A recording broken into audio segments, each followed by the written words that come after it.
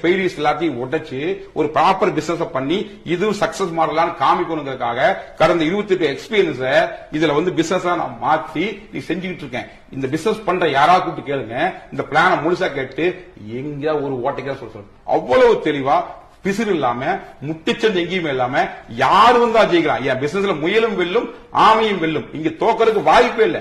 ஜெயிக்கிறது எவ்வளவுங்கிறது அவங்க திறமை பொறுத்து இருக்கு, அவங்க போற எஃபோர்ட் பொறுத்து இருக்கு. ஆனா தோக்கறதுக்கு நான் வாய்ப்பே கொடுக்கல. அப்படி வாய்ப்பே கொடுக்காம ஒரு விஷயத்தை உருவாக்கி கொடுத்துக்கிறேன்னா இது எங்க எனக்கு மோசடிப்பட்ட நோக்கம் இருக்கும்? அப்படி மோசடி எங்க போறேன் மெஷர்மெண்ட்? அது கேள்வி இருக்கா இல்லையா? இதுக்கப்புறம் எங்க போய் செட்டில் ஆக போறேன்? இந்த ஊர்ல சொத்தை வச்சுக்கிட்டு சொந்த வீடு வச்சு சொந்த காம்பஸ் நான் ஏன் சார் வெளியே போகணும்? அவமானமோ பெருமையோ உள்ளூர் தான் சார்.